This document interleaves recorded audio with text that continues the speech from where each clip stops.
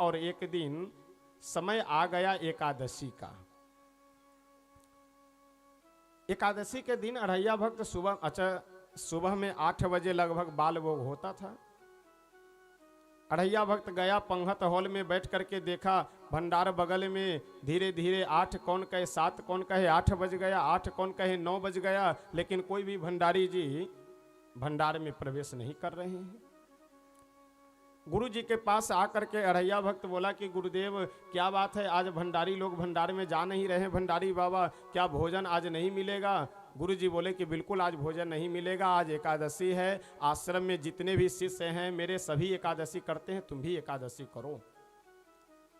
अढ़ैया भक्त बोला कि गुरुदेव अगर आज हम एकादशी कर लिए तो कल द्वादशी नहीं देख पाएंगे, इसलिए आश्रम में आपके बहुत चेला हैं, बहुत शिष्य हैं, और सबसे एकादशी करवाओ, अब हमसे एकादशी न करवाओ गुरुदेव। गुरु जी बोले कि नहीं नहीं बच्चा, सबको एकादशी करना पड़ता है, यहाँ तो भोजन बनेगा नहीं। अढ़ैया भक्त बोला तो गुरुदेव कुछ बीच का रास्ता निकालो, नहीं तो हम बच नहीं पाएंगे, हम जी नहीं पाएंगे एक दिन भी खाए बिना। गुरु जी को लगा कि चलो कोई बात नहीं, अब इसकी इच्छा नहीं है तो जबरदस्ती क्या आवश्यकता है एकादशी करवाने की। बोले अपने से बना लोगे? अढ़ैया भक्त बोला तो मरता क्या नहीं करता, बिल्कुल हम बना लेंगे। गुरु जी बोले ऐसा है एकादशी है, आज चावल नहीं खाना, बाकी आटा ले लो, आलू वगैरह ले लो और यही रोटी सब्जी बना करके कुछ अपना खा लेना। अढ़ैया भक्त बोला कि गुरुदेव हम खाना तो जानते हैं लेकिन बनाना नहीं जानते हैं, लेकिन कोई बात नहीं, लिट्टी वगैरह लगा लेंगे कुछ। गुरु जी बोले कि चाहे रोटी बनाओ चाहे लिट्टी जो कुछ भी बनाओ, एक बात का ध्यान रखना कि भगवान को भोग लगा करके खाना। अढ़ैया भक्त बोला कि हाँ हाँ गुरुदेव कोई बात नहीं, हम भोग लगा देंगे, उनको खिला देंगे, उनको खा करके तब खाएंगे। गऊओं को लेकर के गया और झोली में आटा, आलू, नमक, तेल, मसाला सब लेकर के पहुंचा वन में। एक तालाब के किनारे बढ़िया वृक्ष के नीचे आटा गूंथ करके और लकड़ियाँ चुन करके लाया और जला करके बढ़िया लिट्टी बना करके और उसी में आलू वगैरह से करके चोखा बनाया और पत्तल में सब रख, अच्छा 2.5 सेर मात्रा भी तो कम नहीं है, पत्तल में रख करके और प्रभु को पुकारने लगा, आओ मेरे राम जी पधारो मेरे राम जी, मेरे भोजन का भोग लगाओ सीताराम जी। आओ मेरे राम जी, पधारो मेरे राम जी, मेरे भोजन का भोग लगाओ मेरे राम जी। अच्छा बार बार बुलावे अढ़ैया भक्त, लेकिन कोई भगवान दिखाई न पड़े। अच्छा भोग लगाने का तो मतलब यह है कि गए भगवान के सामने रख दिए, तुलसी दल छोड़ दिए, जल दिखला करके 3 बार गिरा दिए, उसके बाद हो गया, चले आए बाहर। फिर दोबारा 5 मिनट बाद गए घंटी बजा करके और जल छिड़क करके वापस चले आए। लेकिन अढ़ैया भक्त को ऐसा लगा कि शायद भगवान आते होंगे और खा लेते होंगे, खा करके कुछ छोड़ देते होंगे, उसी को पुजारी जी उठा करके ले आते होंगे। अढ़ैया भक्त बार बार बुलावे, आओ मेरे राम जी पधारो मेरे राम जी, मेरे भोजन का भोग लगाओ मेरे राम जी, लेकिन कोई राम जी दिखाई नहीं दिए। अढ़ैया भक्त सोचा कि यो हो, भगवान को लग रहा होगा कि इसका लिट्टी चोखा क्या खाने जाए, बढ़िया मंदिर में मालपुआ तस्मई मिलेगा। अढ़ैया भक्त बोला कि प्रभु इस भ्रम में मत रहना कि वहाँ तस्मई पूरी मिलेगा, वहाँ से तो प्राण बचाकर हम ही आ रहे हैं यहाँ, इसलिए कृपा कर करके आइए और जो यहाँ रूखा सूखा बना हुआ है सो ग्रहण कर लीजिए। अब जब यह बात बोला अढ़ैया भक्त, भगवान प्रसन्न होकर के आ गए। अच्छा अकेले नहीं आए, जैसे अपने महल से निकले वैसे माता जी आ गई सामने, प्रभु कहाँ जा रहे हैं? प्रभु बोले कि एक अपने भक्त के यहाँ जा रहे हैं, आज्ञा हो तो हम भी चले। प्रभु बोले चलो, तो सपत्नीक पधारे यहाँ। अब अढ़ैया भक्त मन में सोचे कि बताओ बुलाए थे एक को और आए हैं 2-2। गुरु जी बोले थे कि भगवान को खिला करके खाना, तो एक भगवान को ही आना चाहिए, हम एक राम जी को बुला रहे हैं 2-2। अच्छा देखने में बड़े अच्छे लग रहे हैं, कोई बात नहीं, थोड़ा आज हम कम ही खाएंगे तो क्या हुआ, लेकिन बड़े अच्छे भगवान लग रहे हैं।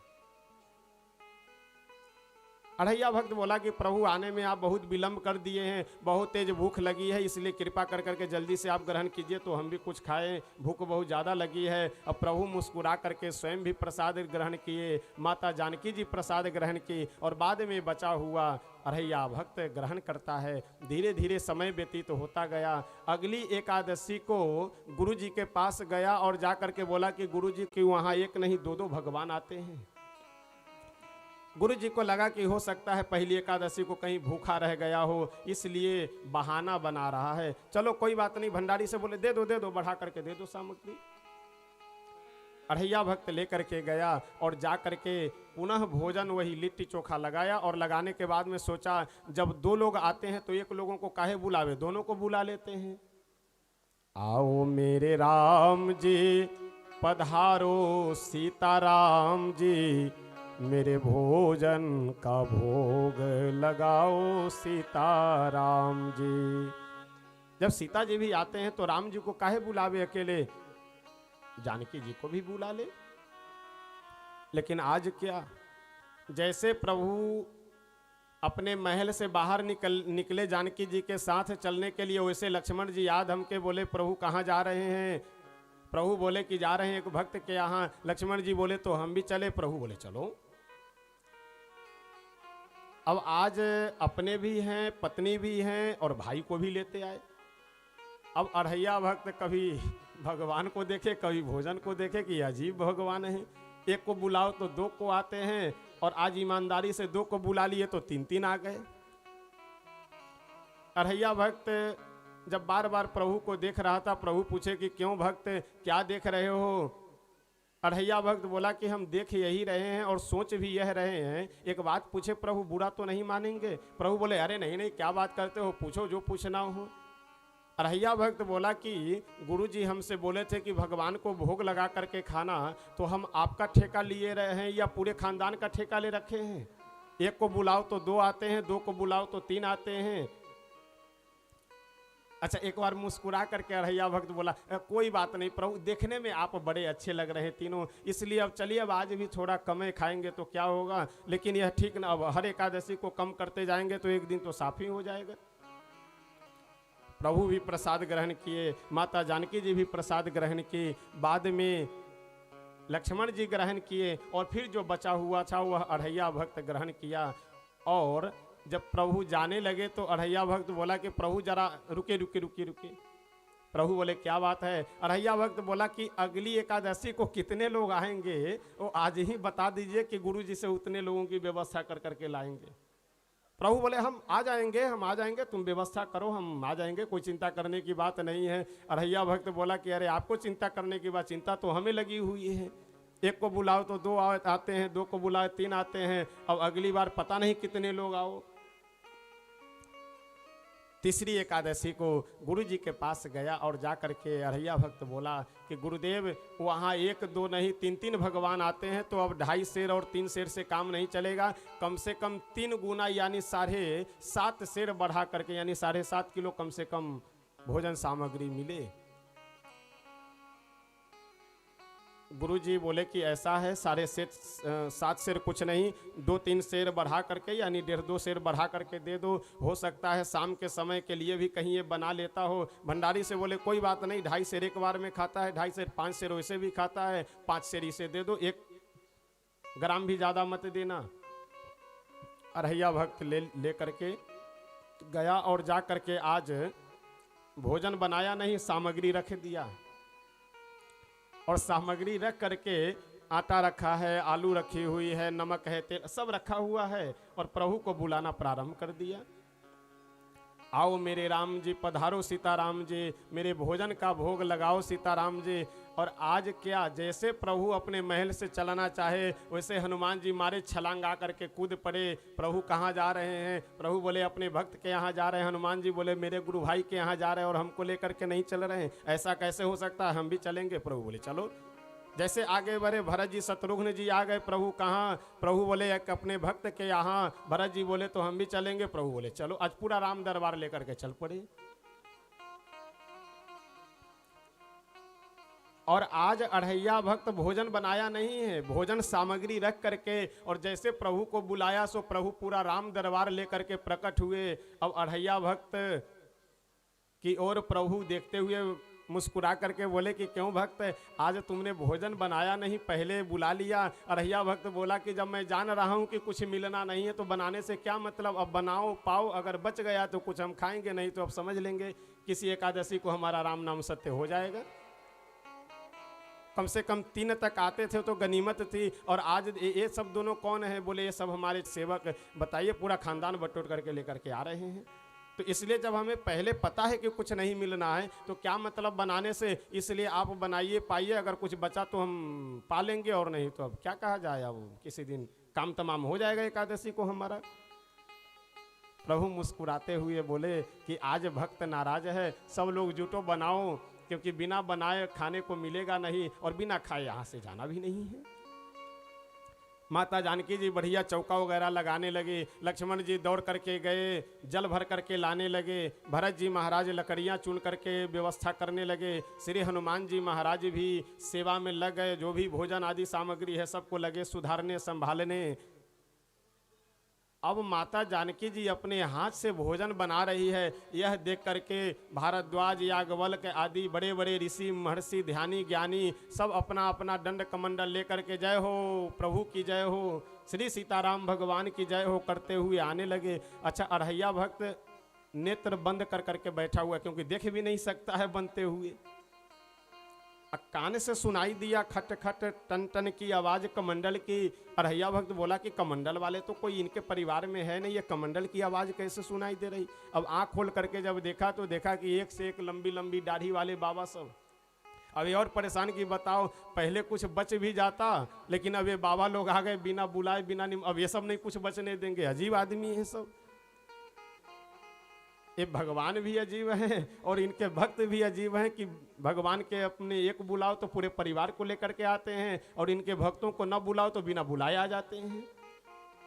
अब फिर नेत्र बंद कर लिया कि अब जाने दो, अब जो होगा सो देखा जाएगा, वो तो इन्हीं के ऊपर है।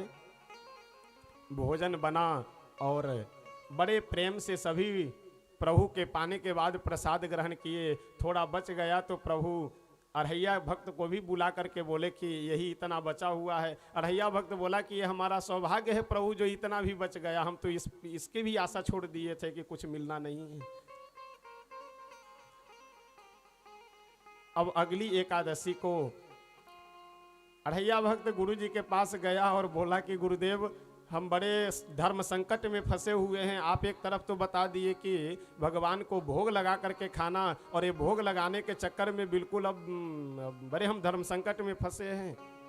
आज या तो कम से कम एक पूरा कट्टी ही आटा का दे दीजिए, क्योंकि वहाँ एक दो नहीं, वो पूरे परिवार को लेकर के आते हैं, और परिवार तो छोड़िए, अपने न जाने कितने कितने पुराने भक्तों को और किनको किनको लोगों को बुलाया करते, एक से एक लंबी लंबी दाढ़ी वाले सब वहाँ आ जाते हैं।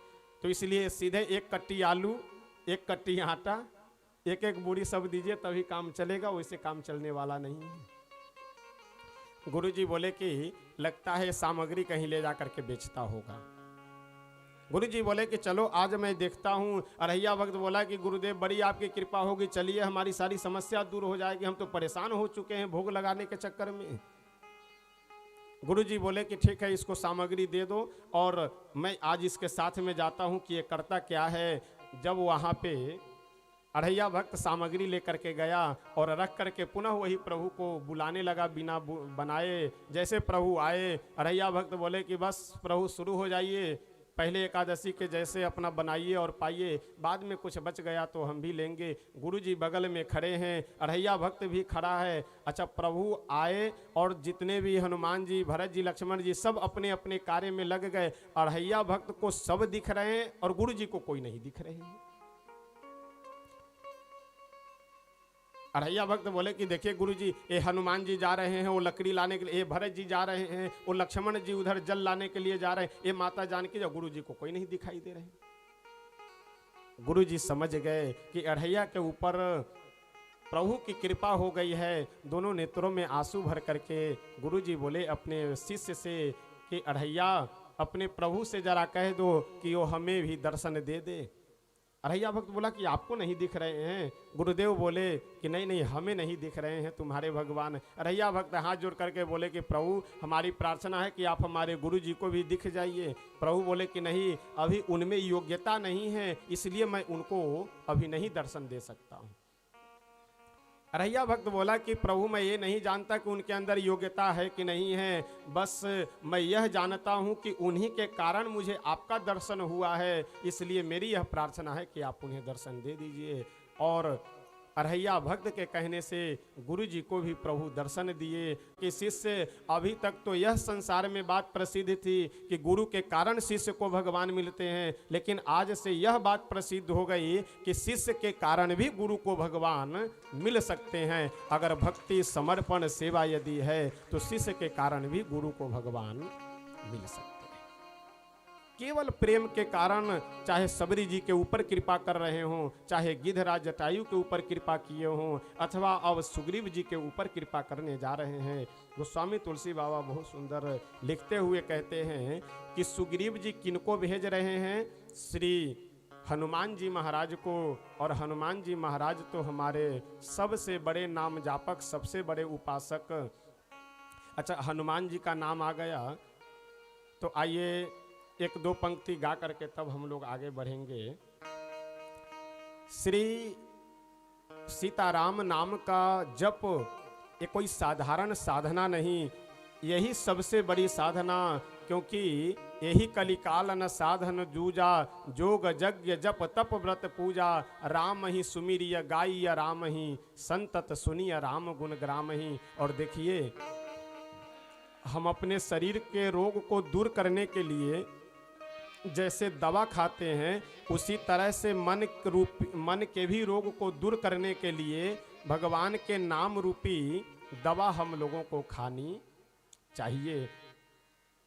जैसे शरीर के रोग औषधि खाने से दूर होता है, उसी तरह से मन का रोग भगवान के नाम रूपी औषधि को ग्रहण करने से, लेने से अवश्य दूर होता है।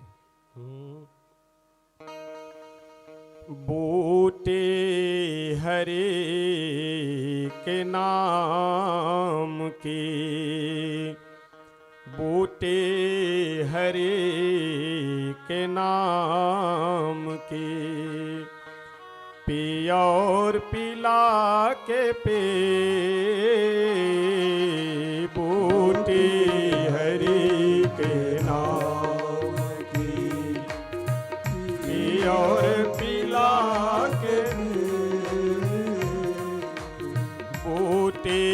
हरि के नाम की, पी और पिला के पे, बूटी हरि के नाम की, पी और पिला के पे, पीने की यार जो है सबको पिला के पे, पीने की यार जो है सबको पिला के पे, बूटी हरि के नाम की, बूटी हरि के नाम की, पी और पिला के पे, बूटी हरि के नाम की, पी और पिला के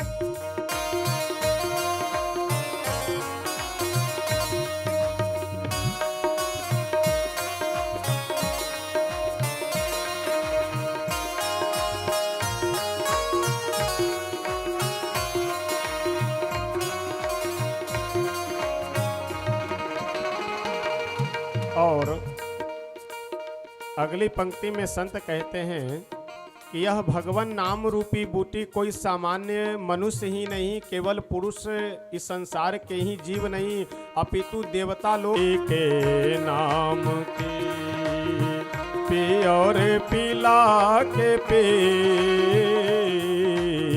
बूटी हरि।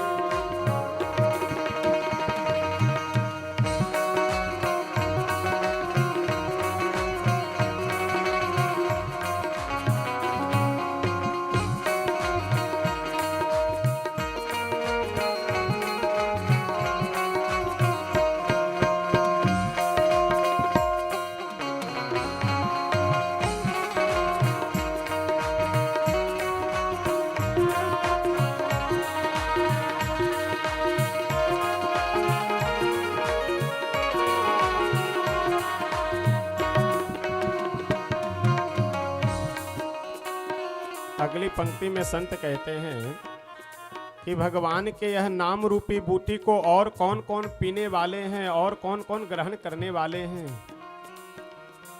नारद ने अपनी वीणा से गोविंद गा के पे,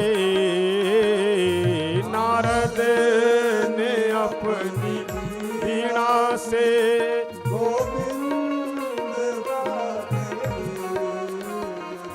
नारद ने अपनी वीणा से गोविंद गा के पे, नारद ने अपनी वीणा से गोविंद गा के पे। और नारद जी महाराज तो अपनी वीणा बजा करके प्रभु का नाम जपते हैं। और कौन कौन पीने वाले हैं।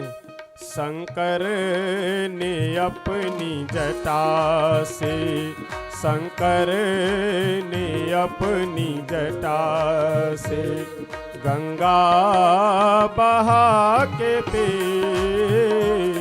शंकर ने अपनी जटा से गंगा बहा के बूटी हरि के नाम की पी और पिला के पे, बूटी हरि के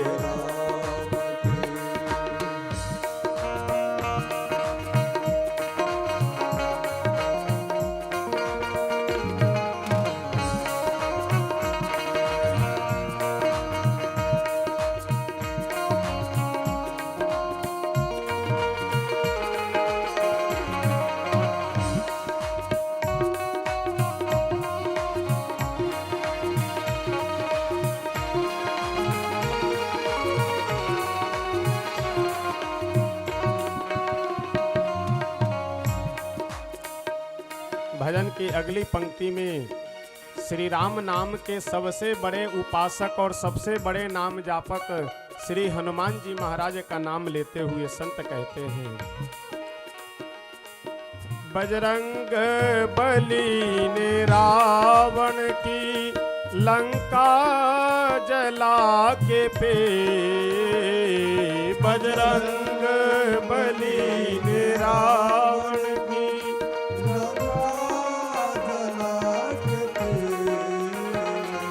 बजरंग बली ने रावण की लंका जला के पे, बजरंग बली ने रावण की लंका जला के पे। मीरा ने अपने श्याम को, मीरा ने अपने श्याम को घुंघरू बजा के पे, मीरा ने अपने श्याम को घुंघरू बजा के पे, बूटी हरि के नाम की पी और पिला के पे, बूटी हरि के नाम की पी और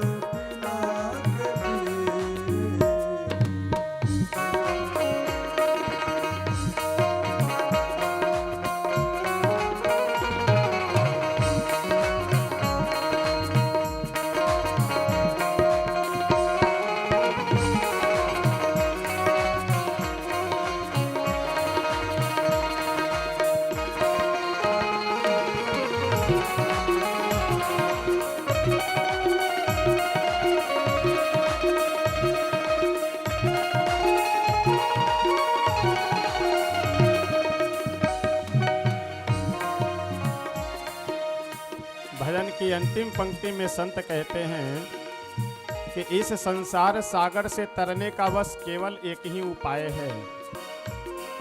और इस भजन की अंतिम पंक्ति में श्री राम नाम के अपने क्षेत्र में अनन्य उपासक साक्षात अगर ईश्वर के स्वरूप ही कहे तो कोई अतिशयोक्ति नहीं होगी। ऐसे हमारे श्री बगही सरकार जी जो अपने पूरे जीवन को तपा करके तपस्या के अग्नि में जला करके हम सबको यह संदेश दे गए कि राम नाम जपने से ही सहजता और सरलता से कल्याण हो सकता है। अन्य रास्तों में भटकने का मतलब केवल ही भटकना रहेगा। तो जो ऐसे महापुरुष जो जीवन भर अन्न जल का भी परित्याग कर करके तपस्या के द्वारा जब यह निर्देश दे गए तो हम लोगों को इधर उधर बुद्धि लगाने की जरूरत ही नहीं है। भव से अगर है तरना सीताराम गा के पे, भव से है अगर तरना सीताराम गा के पे, भव से है अगर तरना सीताराम गा के पे, भव से है अगर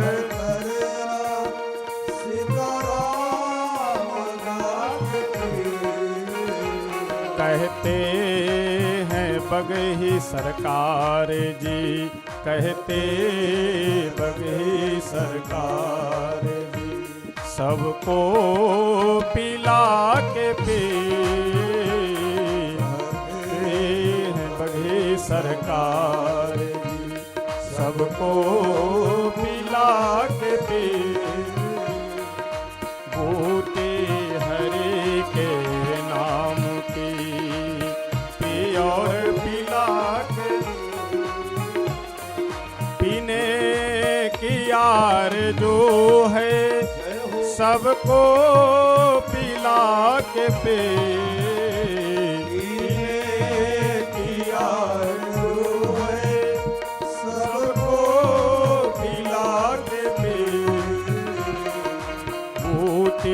हरि के नाम की पी और पिला के पी, बूटी हरि के नाम की और पिला के, बूटी हरि के नाम की और पिला के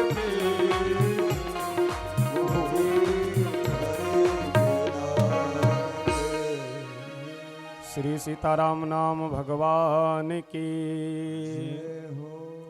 करके जहर ही पिएंगे। अब जगह जगह हारन की व्यवस्था की गई है ताकि क्षेत्र जो है इधर जो टावर लगा हुआ है कुछ जहर पीने वाले लोग आए और रात्रि में जो है वो हारन का पूरा वो पीछे का जो है वो खोल करके लेकर चले गए। तो क्या कहा जाए। लेकिन संत भैया चाय समोसा पकोड़ा खा करके आ गए, वो पता लगा घर में सब्जी के लिए भी कोई सामग्री नहीं है। यानी सबको खिला करके ही खाना। और देखिए भगवान की भक्ति अगर परिवार सहित बैठ करके की आवश्यकता यह है कि बच्चों के रीति हो। देखिए अगर बचपन से बेटा हो या बेटी उसको आप संस्कारवान बनाएंगे, धर्मात्मा बनाएंगे, धार्मिक बनाएंगे तो आगे चल करके वह डॉक्टर, इंजीनियर, कलेक्टर, डीएम, प्रधानमंत्री, मुख्य जो कुछ भी बन जाएगा, लेकिन वह बनने से पहले वह आदमी बन करके अवश्य रहेगा। इसलिए अपने बच्चों को कुछ भी बनाइए, कोई दिक्कत नहीं है, लेकिन सब कुछ बनाने से पहले आदमी अवश्य बना देना चाहिए। अच्छा, एक बात मैं प्रसन्नता व्यक्त करने के लिए आप सबको कह रहा हूं कि यह आप सब जो भी माता पिता हैं वह भी सीखे और जो बच्चे हैं वह भी सीखे कि बच्चों के अंदर किस तरह की भावना होनी चाहिए। एक यहाँ बैठी है पुष्पांजलि, आज गए थे इसके घर पे कोठी